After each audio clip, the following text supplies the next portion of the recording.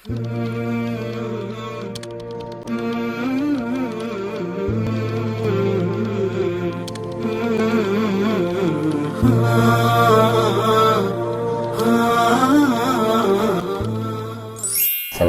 warahmatullahi wabarakatuh. Alhamdulillah, salatu wassalamu ala rasulillah sayyidina maulana Muhammad sallallahu alaihi wasallam. Ini yang pertama jangan harus matur nuwun sama Dr. Bunyai Aina. Berkatnya beliau punya watak memaksakan itu akhirnya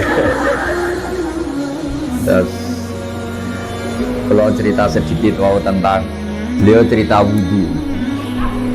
Wudhu itu begini, nanti di akhirat itu malaikat itu tidak secanggih Allah. Malaikat itu pinter-pinter banget, tentu pinter Allah subhanahu wa ta'ala.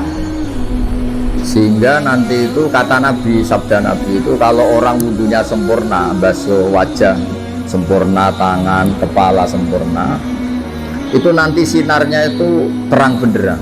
Sehingga identifikasi kalau ini ashabil yamin, kanan ya kanan, kalau kiri ya kiri. Jadi yang gelap gulita itu kiri, yang terang benderang itu kanan. Kalau wudhu jenengan nggak bener itu jenisnya yang kelap-kelip. Nah ini bisa kegaruk kemana-mana, karena mau dikanankan sinarnya nggak cukup, mau dikirikan nyatanya ada sinar. Yaitu terus kata Allah, ini yang jenis ini menjadi ashabul araf, karena pas digaruk sama malaikat identitasnya tidak jelas. Maka kata Nabi, inna ummati yut'auna yaumal qiyamati hurran muhajjalin. Umatku nanti dipanggil Allah itu dalam keadaan wajahnya bersinar, tangan kakinya bersinar. Terus Nabi ngendikan min asari wudhu, semua itu efek dari wudhu. Kalau wudhunya sempurna, sinarnya itu sempurna. Nah, maka tadi Neng Aina cerita panjang lebar tentang wudhu. Jadi begini ya, wudhu itu meskipun sah dalam mazhab Syafi'i ya. Dalam mazhab Syafi'i itu kalau ngusap kepala itu sedikit pun itu sah. Tapi kalau dalam mazhab Hanafi itu minimal itu sak bon-bonan, seperempat caranya.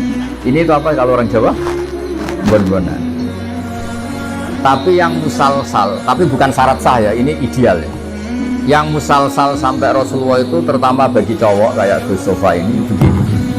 Nabi memasukkan, coba pegang ini enggak, ini dipegangin mic-nya. Ya, Nabi memasukkan ini dua jempol ke sini, terus ini ditemukan di sini, terus begini. Musalsal. Nah, musalsal ya, ini begini, terus ini ditempokkan gini, terus begini sampai sebelah. Sehingga semua kepala kita ini kena asaril wudhu, kena wudhu.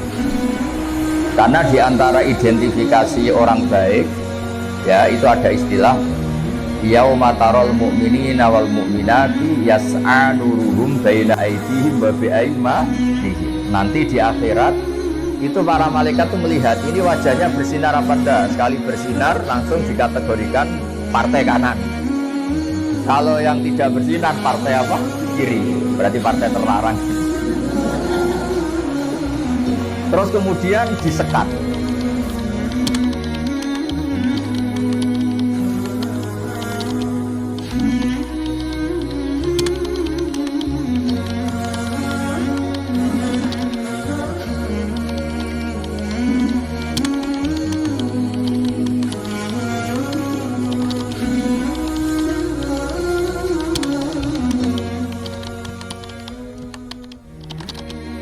Faduriba bainahum bisuril lahu bab, disekat.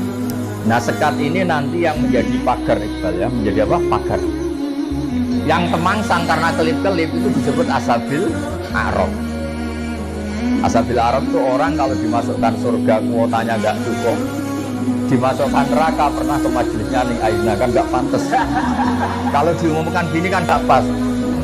Para ibu-ibu yang ikut ngaji Ning Aina di Arisalah silahkan masuk neraka, kan nggak pas ya. Makanya penting bikin paradok itu penting supaya kita tidak sah masuk apa? Neraka. Makanya ada pengarang burda itu terkenal sekali. Pernah dengar tuh kitab apa? Burda. Itu yang ngarang namanya Muhammad bin Sa'id Al-Busiri. Namanya itu Muhammad. Benar-benar Muhammad namanya itu. Beliau dalam doanya itu lucu, ya Allah, nama saya ini Muhammad. Sehingga kalau nanti kau manggil, wahai Muhammad, masuklah ke neraka, itu paradok. Engkau ada lazat yang nggak pantas bersikap apa? Paradok. Wahai Muhammad, masuklah ke, itu paradok apa pas? Paradok. Makanya terus disunatkan punya nama yang baik supaya nanti misalnya, nah sehingga kalau nama kita kadung misalnya nama biasa atau nama Jawa nggak apa-apa, tapi nanti punya nama baru ikut majelis apa? Taklim atau majelis ar-risalah. Jadi wudhu itu penting sekali karena itu identifikasi. Jadi di surga neraka itu definisinya Allah itu yaumatab yaddu wujuh, di hari ada wajah-wajah bersinar, watas waddu wujuh, ada wajah-wajah yang gelap. Itu yang menjadi alasan Allah mana yang perlu masuk surga, mana yang perlu masuk neraka. Nah, tentang tauhid supaya sampai tidak terjebak ateis atau komunis. Saya pernah ngaji sama orang-orang Pertamina di pondoknya Gus Zofur Maimun, yang isi beliau sama saya. Ada orang tanya, Gus, andaikan ada orang ateis atau komunis atau non, dia sosialnya bagus tapi nggak iman sama Allah, dia suka bersedekah, berderma, masa ia menjadi ahli neraka? Kayaknya kok kasihan. Padahal kata kitab akidah, orang yang kafir kalau masuk neraka meskipun dia baik secara apa? Sosial.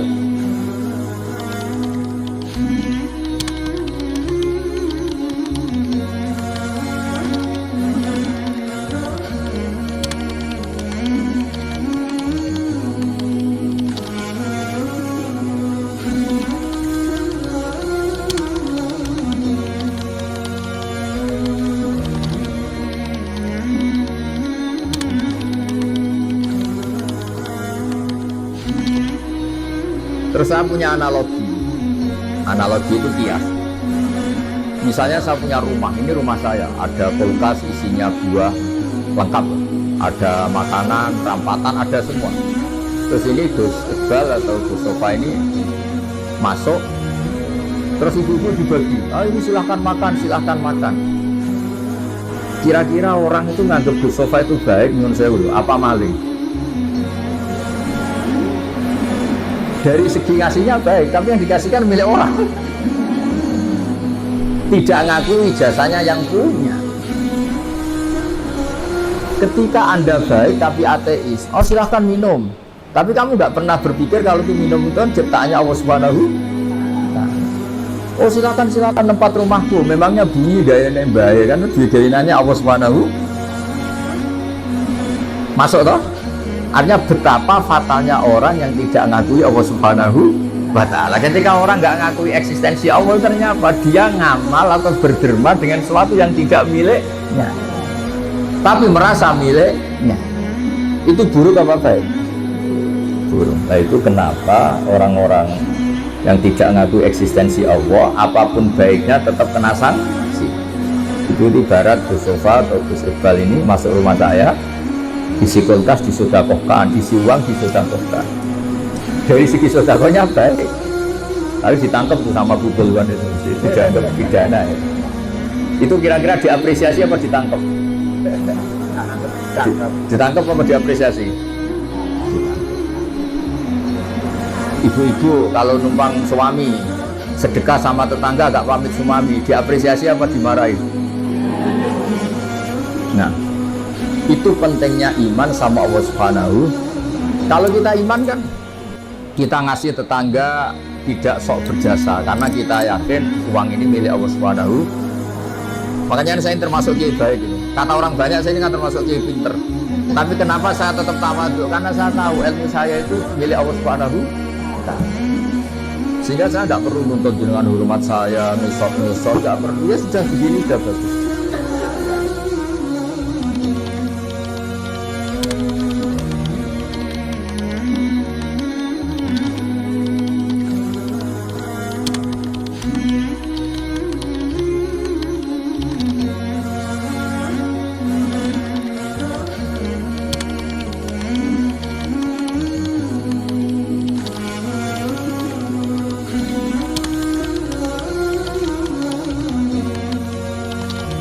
Jadi dulu itu sahabat ditanya, ini cerita nyata. Ibu-ibu mulai dulu kan tukang demo.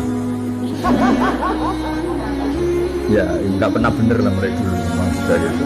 Tapi tetap masuk surga karena nanti malaikatnya bisa didemo kalau nggak masuk surga. Ibu itu ngaji sama Nabi. Itu ada yang jilbabnya miring, ada yang nggak pas. Mungkin sebagian ada yang, pokoknya ada yang nggak pas. Mungkin nyuwun sewu ada yang sebagian, pokoknya nggak pas. Ya pas ngaji sama Rasulullah. Ya Nabi betul, Nabi Sayyidul Awalin wal Akhirin. Bareng Umar datang ke majelis, semuanya ibtadarna hijab, semuanya menata apa? Hijabnya rapi gitu. Aku yakin ini adegan tidak ada nih, mungkin nggak setegan ini. Misalnya sama saya saja, mungkin ibu-ibu rileks, ini ngaji sama orang baik, jadi rileks. Ketika Umar datang itu langsung ibtadar, semuanya nata apa? Jilbabnya. Umar malah tersinggung. Dasar perempuan-perempuan jelek, nggak punya akhlak sama Rasulullah pakai jilbab nggak bener, tapi sama saya malah bener. Jawabnya ibu-ibu, karena Rasulullah itu baik. Karena Rasulullah itu wa anta afaddu wa akhlak. Afaddu itu anda itu orang yang sadis. Bisanya nyalahkan, biasanya marah. Kamu bisa tahu kan yang mirip Rasulullah itu siapa? Yang mirip Umar itu siapa? Jadi intinya itu Rasulullah itu ya punya majelis untuk perempuan. Bahkan itu punya akibat dan Nabi tetap melanjutkan. Makanya punya akibat itu sering ibu-ibu mulai dulu yang engkek ya banyak, yang caper ya banyak. Sehingga Aisyah itu cemburu. Dasar Nisaul Ansor. Iya caper dengan Nabi. Untung Nabi sudah nggak ada. Kalau masih kasihan tuh kiai-kiai nggak payu jadi kiai.